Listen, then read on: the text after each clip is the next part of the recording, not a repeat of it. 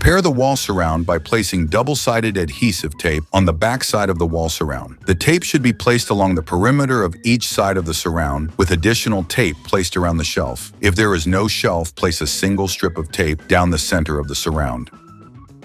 Measure where the faucet hole opening will be. Save these measurements for later, as you will need to measure out where the faucet hole opening will be after installing the new shower surround. Begin removing the tape backing. Remove the backing from one side at a time. This will allow you to make adjustments to the surround as each side is placed. Firmly press each side of the surround into the wall. Check for good contact with the wall, bowing of the surround, and proper alignment with the tub. Adjust as needed.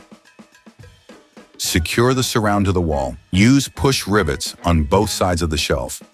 Make sure to use appropriate drill bits for the rivet being used. Fasten the side edges of the shower surround to the wall with screws. Use the measurements taken earlier to mark the location of the faucet.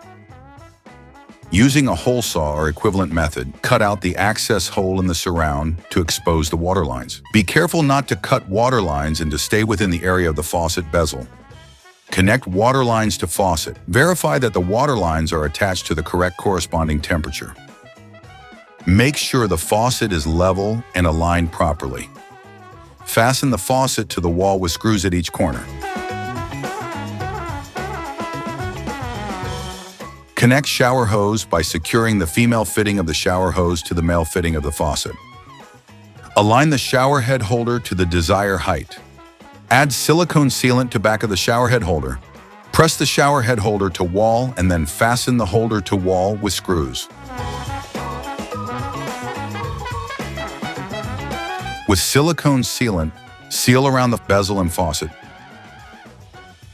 Use water mixed with dish detergent to tidy messy sealant.